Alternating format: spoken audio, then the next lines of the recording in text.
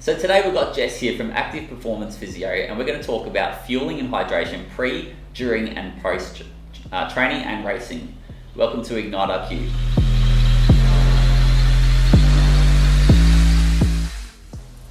So Jess, there is a lot of information out in the World Wide Web. Things like no carbs or low carbs, things like fasted training.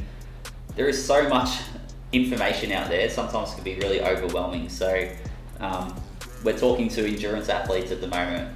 What's your recommendation? What's your bit of advice, I guess, in regards to some of these sort of myths and ideas? Yeah. Well, I guess my first bit of advice really should be, if you are really confused about all the bits and pieces that you've been seeing on the internet, because there is a lot of it out there, if you really are confused and not really knowing what you should be doing with your training, is to come in and talk to myself as a sports dietitian so that I can help you navigate what's going to work for you. In terms of a few of those topics that you just talked about then, something like fasted training, it definitely has a place in society, but my recommendations for an endurance athlete really would be to not engage in fasted training regularly. We really want to see that you're getting nutrition in before and during training, particularly when we're looking at training the gut and getting ready for competition.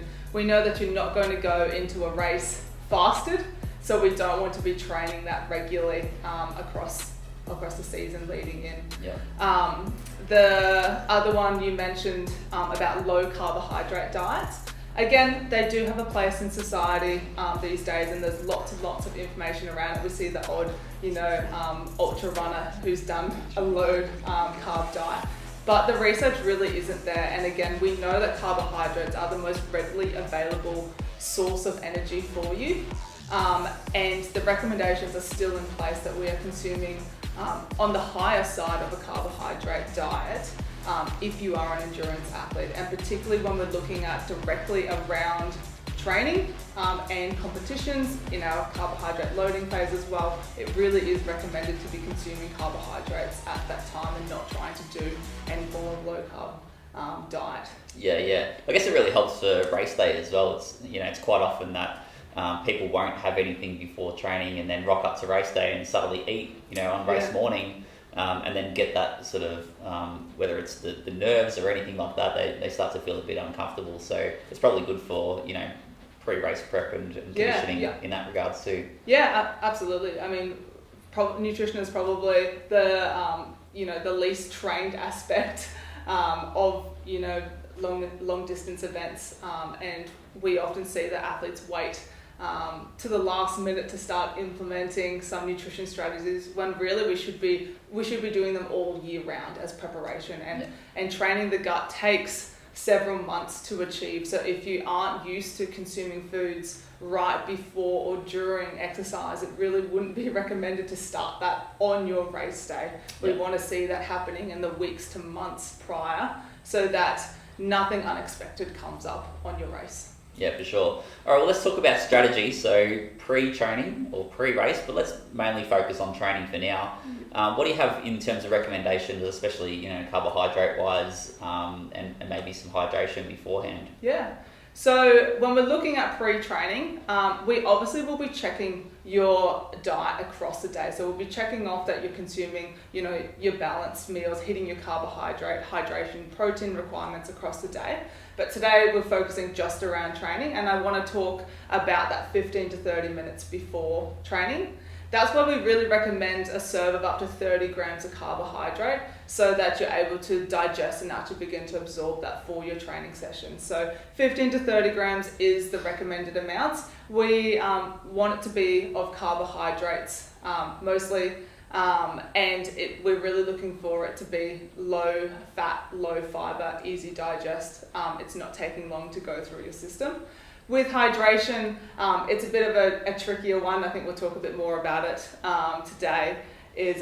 We want to go into training sessions hydrated. Now that means something a little bit different for everyone, but it basically means that you're drinking sufficient fluid across the day or prior to your training sessions, that you're not starting dehydrated. Yeah, for sure. So what's some, snack ideas or meal suggestions in terms of pre-training? Yeah, so like I said, we're looking for low fat, low fiber, high GI, so something that's going to absorb really quickly. The most common recommendations are something like a piece of toast or a crumpet with honey or a jam spread onto it. People do pancakes, people do something simple as a muesli bar or a piece of fruit.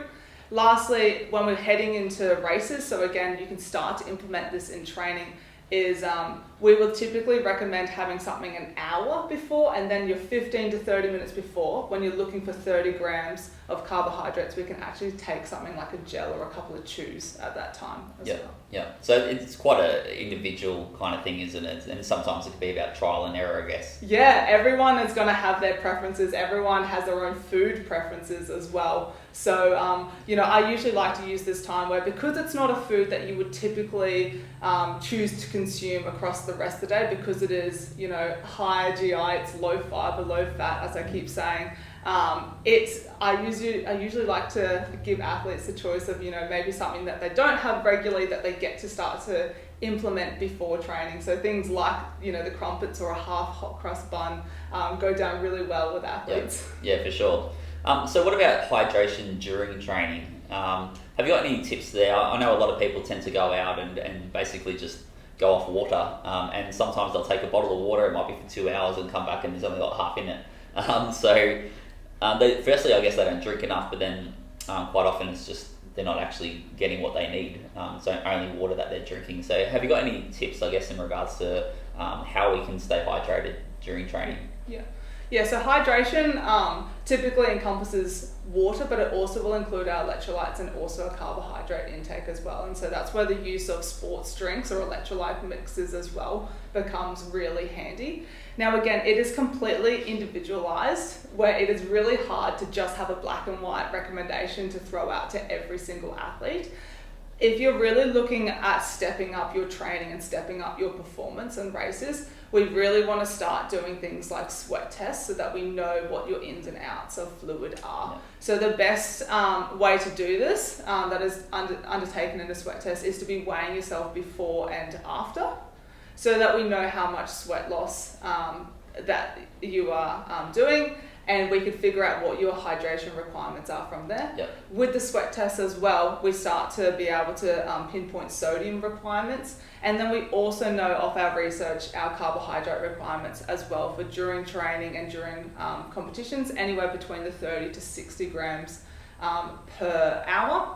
With all that put together, we can actually develop individualized hydration plans that's mainly focusing on the fluid, but adding in that sodium and the carbohydrates, so that we can be recommending how much water and how much like sports drinks to be taken with you on rides. Yeah, for sure. And I think when we train, it's quite often the case that our digestive system isn't working as I guess as efficiently as it usually does at rest. Yeah. So carbohydrates in your sports drink is obviously a great, easy way to get some carbs in, and then it's a case of, well, how much carbohydrates is in my sports drink, and then working out what the deficit is, and then topping that up afterwards, and that's something that you can help with, obviously. Yeah, absolutely. Yeah.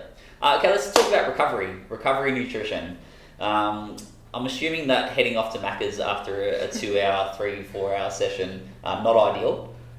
Potentially not. No? Okay, so what do you recommend that we do in terms of, especially nutrition side of things, post-training, and when should we actually eat? Yeah, so with recovery nutrition, we're really looking at getting something into your system within the 20 to 30 minute time frame post-training. That's ideal.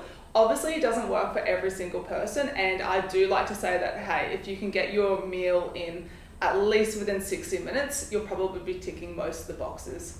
Now, the number one macronutrient that we're looking for recovery is actually protein. So this is where we want to see that most of our muscle recovery is occurring, and we're having at least 20 grams of protein in that snack or meal. But it's also really important to include both carbohydrates and fluid in this recovery as well. So usually recommending something such as like a balanced meal straight after training will help you get both the protein and carbs in almost immediately.